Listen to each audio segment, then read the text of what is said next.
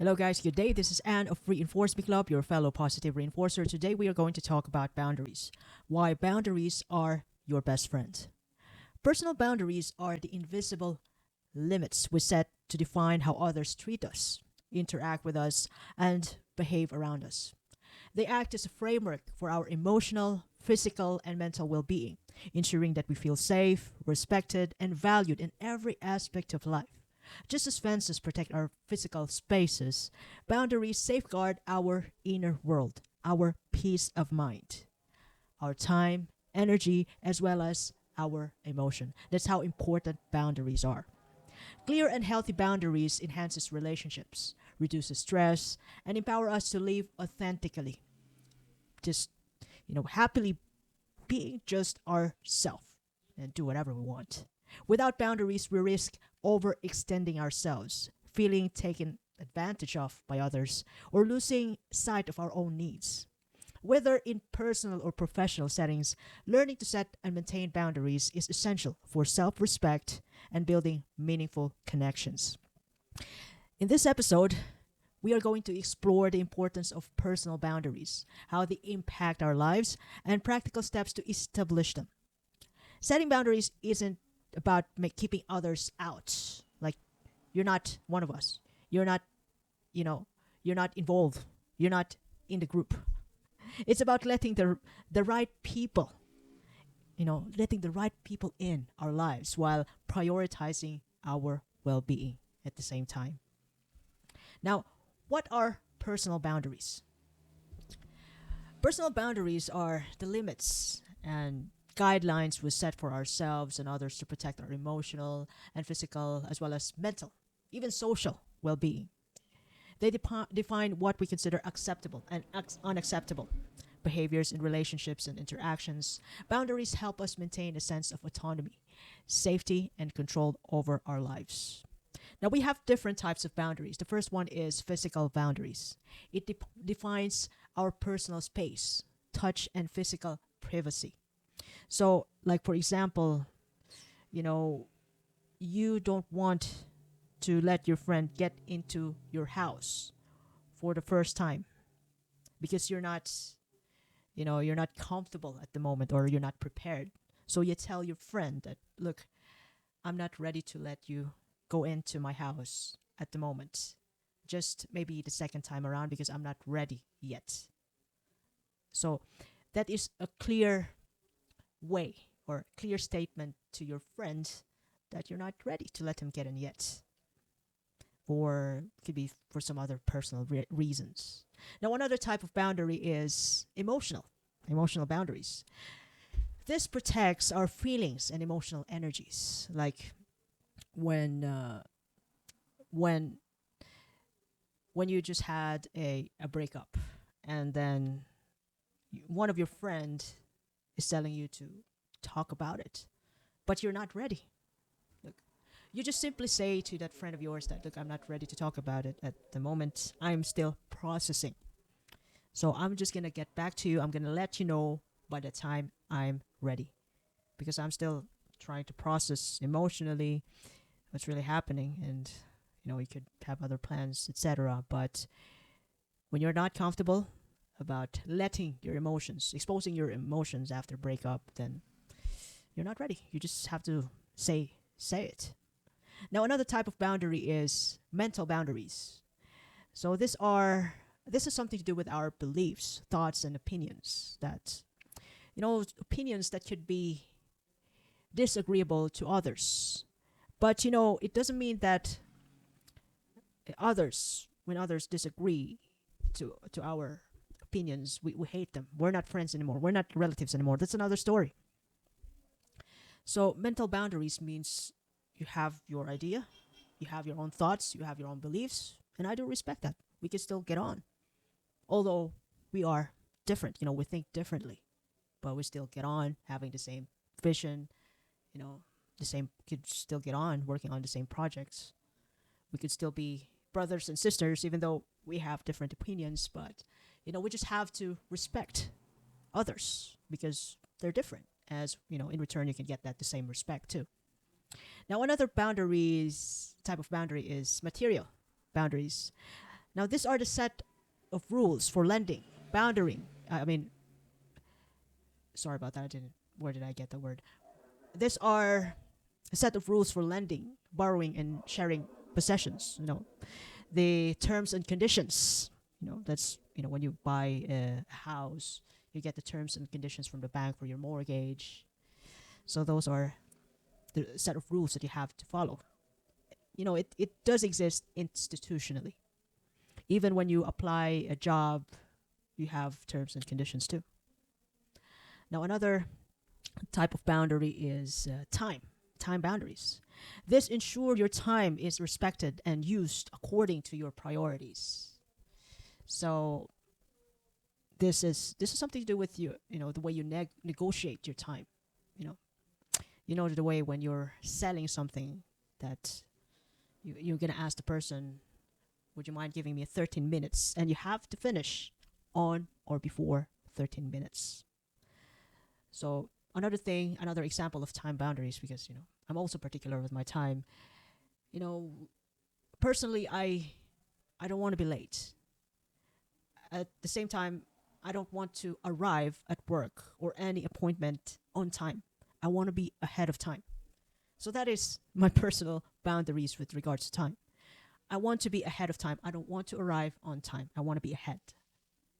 So that's how I treat, because my time boundaries, because I don't want to waste others' time, and I don't want to waste my time when I get into an agenda. I must have an agenda on hand before I join a meeting, before I say yes to any party. So I must have an agenda. Otherwise, I would be happy enough to say no. Another type of boundary is relationship boundaries. These are the defined acceptable behavior in friendship, family dynamics, and even romantic partnerships. That's, in such a way that you have to respect the differences of the people you hang out with. Even though you don't like some of their behaviors, but, you know, there's nothing you can do about it. As you have, if anybody experienced that you have some relatives you dislike, even though you're hanging out with them, you can't say that I don't like you just right away, like straight on the face. I don't like you. I don't like the way you do. Look, they didn't do anything, but merely just looking at them, they've already crossed your boundaries. If there is someone you dislike, you really do dislike, it's way better to really set that boundaries to yourself, that just avoid them rather than start a conflict. So that's part of relationship boundaries that you have to build with yourself. If you can't change, it's true that you can't change other people, but you are in control of yourself. You can change yourself. So if there are some people that you don't like, it could be a family member or one of your friends, you can't change them though, but you are in control of yourself. So it's way better to limit your exposure to these people or just avoid them for your own peace of mind. If that makes you happy, so set that boundaries to yourself. Now, how do personal boundaries help a person? First of all, personal boundaries promote self-respect. Boundaries affirm your value, your worth. They communicate that you respect yourself. You love yourself enough to set a clear limits from people around. Look, I'm not you just clearly communicate to them, look, I'm not comfortable about what you say. Can you say it again? Can we talk about it? Can we solve the problem? Did I offend you? Because if something triggers you, you know you got to negotiate. The other party might have boundaries that you cross. It's not just your boundaries are being crossed. So you got to meet a common ground for that. Otherwise, boundaries lets you show your your self-worth, which others are not aware if you don't respect your own boundaries. You have to clearly communicate it to others and practice them yourself. Work them out. Now, another benefit of having a boundary, a personal boundary, is it enhances relationships. Now, healthy boundaries create mutual respect, prevent resentment, and foster open communication in relationships. They ensure both parties feel heard and valued. Now, that's what I'm talking about, negotiation. Especially if you want to keep that relationship, that friendship, if you want to keep that romantic relationship, if you want your romantic relationship to last forever, then negotiate, communicate your boundaries clearly, and get to know the other person's boundary, and then respect each other as much as you respect yourself. Now, another good thing about having a personal boundaries, it actually improves emotional well-being. By protecting your emotional energy, boundaries reduce stress, anxiety, and feeling of being overwhelmed or taken advantage of.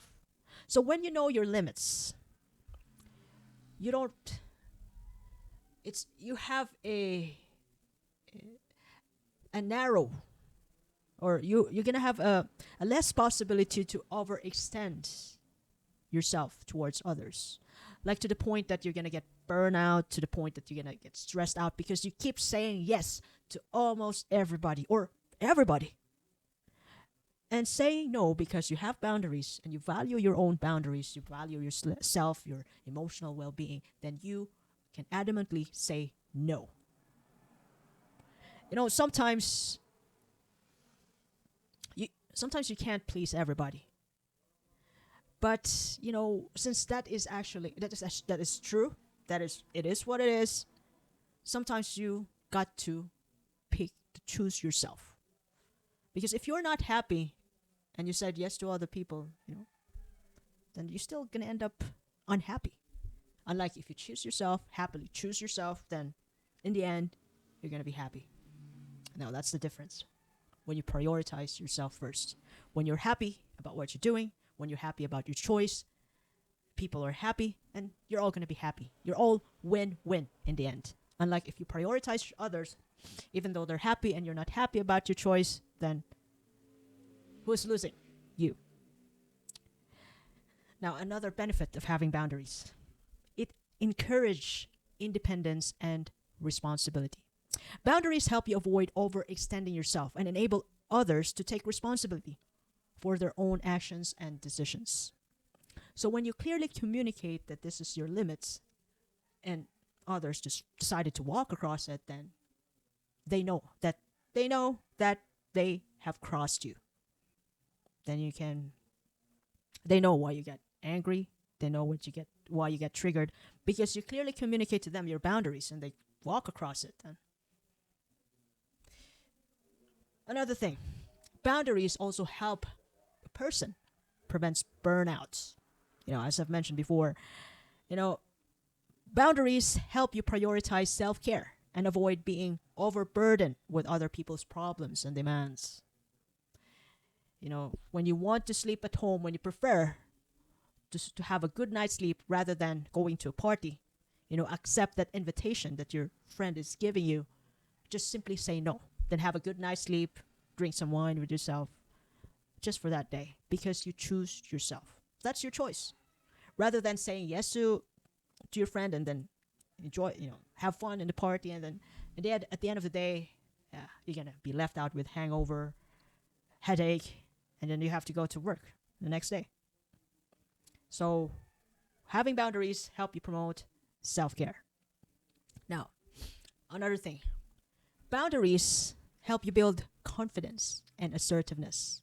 Setting boundaries teaches you to express your needs clearly and assertively, boosting your confidence. So when you know your limits, you know exactly your power. Then you can be humble when you know your power. Now, boundaries, should I say personal boundaries, also help you define identity and priorities. Boundaries clarify who you are, what you value, and what matters most to you. making it easier to focus on your personal goals. So let's just take this for example. You value your family time, you value self care, you value your time. Now, when when you clearly communicate that to your friends and to even to your workmates, when you say no to their invitation, they know exactly why. Then they don't make a fuss about it. They wouldn't insist because they know that you are the kind of person who values her family, who values making memories with the kids, loved ones, who prefers self care. Now, lastly, another good thing about having personal boundaries is that it reduces conflict and misunderstandings. Clear boundaries eliminate guesswork, making it easier for others to understand and respect your limits. Now, to be honest, there are times when people cross my boundaries. And most of those times I didn't clearly communicate my boundaries. And there are also some situations wherein I cross others' boundaries because, because of miscommunications and misunderstanding. And at the end of the day, the boundaries wasn't clear. So I could when I meet conflicts with my colleagues or friends, it could be my fault. And in some point, I know that it's my fault because I didn't know that I crossed their boundaries. That's why I triggered them, and that's a lesson for me. Look, after all, I happen to know that I've crossed the line, and I'm not gonna do it again. Now the boundaries are actually not barriers. Some people think that they're not in the group when you don't hang out with them anymore. But what you're doing really is you prioritize your well-being, your peace of mind. That's why you just want to get hang out with the right people. What you also need to define what is right people for you. There aren't about Boundaries aren't about shutting people out, but creating a healthy space for mutual respect. You know, I do understand that I can't please everybody. When there are people who doesn't want to hang out with me before I get hurt, but this time around I'm getting mature now. So if they don't want to hang out with me, then there could be some reasons behind that. But look, I respect that. If they reject me, I understand it now because I'm also rejecting people. So as long as we get on, we could still work together. We could still talk a little bit. Then that would be enough. And more than that, if the other parties couldn't give that to me, it's totally fine. I do believe in boundaries, and I value my own boundaries too. So I would understand if people wouldn't want to hang out with me. And it's also important to communicate, our personal boundaries clearly. So express your boundaries calmly and clearly without feeling guilt. Otherwise, if you feel guilty about expressing your feelings, people wouldn't take you seriously. So express your limits seriously, and you yourself has to follow your own limits so others would recognize them, even without telling them that these are my limits. But if you follow them yourself, then they're gonna know. And it's also important to be consistent, to our own boundaries, to reinforce their importance so that people would also respect them. So what I'm trying to say is, if you value a thing so much, then you have to show it to yourself first. Then others will follow. And in the most part, since you have your own boundaries, if others have their own too, which should be opposite from yours, even though you dislike them, look, respect. Respect is also a currency, important currency this time. Respect others' boundaries. Healthy relationships require mutual respect and understanding. People are different. They could be saying things that you don't like, but they are not, simply because they are not you and they are not like you. Just try to look at the other side of it, wherein you can see how, could appreciate how other people think. And you could even learn from them. You could even learn from your triggers. Be aware about the the qualities that you dislike and you like to a person by just simply knowing your own boundaries. Now, by maintaining a personal boundaries, you empower yourself to live authentically, autonomous, prioritize your well-being, and build healthier and more fulfilling relationships with yourself and to others. Now, I hope you learned something from the episode today. If you like this content, you can follow me in YouTube, Facebook, Spotify, Apple Podcast, even an Amazon Podcast. You can share this to your family and friends. Reinforce Me Club. By the way, this is Anne, your fellow positive reinforcer. I do appreciate your time and have a lovely day ahead. Thanks once again.